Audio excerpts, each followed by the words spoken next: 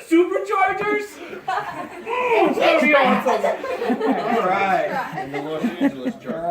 Alright. So my name's Jacob Scheller, and I'm going to be teaching you about forced induction.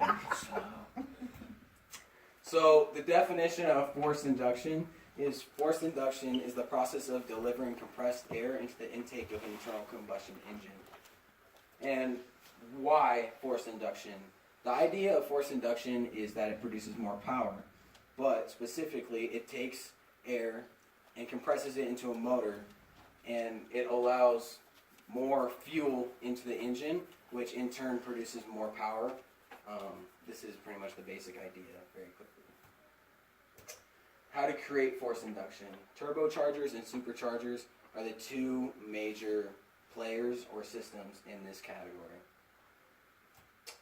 So superchargers, we'll start there. Superchargers are a unit that bolts onto the engine, connected by either a belt or directly to the crankshaft. And as the engine spins, the supercharger makes and forces air into the engine. The size of the pulley on the supercharger determines how much boost. The bigger the pulley, the less boost because it spins slower. The smaller the pulley, the more boost because it spins faster. Superchargers are well known for instant power because they are directly connected to the engine, and directly connecting it to the engine allows for instant power because the engine is already giving power out. These are two examples of superchargers. This one is a positive displacement supercharger, and this one's a centrifugal displacement centrifugal supercharger. Both of them are the same idea. They produce the same amount of power. They're just two different designs that can be used in two different applications. Turbos is the next system. Turbo is similar to a supercharger, except it has an exhaust housing instead of a pulley, and runs off of exhaust gases. As your car produces exhaust, the exhaust spins the turbine, which causes the compressor to force air into the engine. Turbo is more efficient than a supercharger since the engine does not have to work harder to power the turbo. Because the turbo is not connected directly to the engine, it can spin much faster than a supercharger. So a turbo uses waste gases that are not necessarily being used and produces more power, which is why it's more efficient. It's not letting excess power go to waste. These are two examples this is one example, and this is an example of the entire turbo system. This is the exhaust housing. This is the intake housing. The exhaust spins this turbine right here, which in turn spins this intake housing, which then produces boost. So as Jeremy Clarkson says, and talks about turbos, he says, exhaust gases go into the turbocharger and spin it. Witchcraft happens and you go faster. This is true. It's the simplest way to talk about it.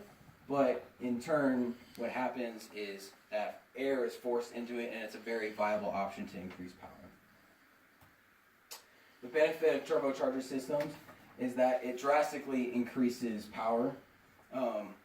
It allows for smaller engines to be matched the performance of larger engines, because with a turbocharger you can increase the power drastically while maintaining lightweight and good fuel economy. So this is kind of the fad now, is smaller engines, smaller cars, but they produce high horsepower because of turbos. Another benefit is that turbochargers are very efficient because they run off of waste gases, and that is naturally lost in naturally aspirated or supercharged cars. As my coach Brian Huffer said, he was my wrestling coach, he said, it's not about the amount of power or speed, it's about how efficiently you use what you have. And this is exactly what turbos do. They use an excess waste and use it to produce more power and more efficiency. Benefits of superchargers. They are instant power because once again they are attached to the engine. They're super easy to install. They're probably the most common way for muscle cars to increase power. There's no lag because of the fact that they are directly connected to the engine.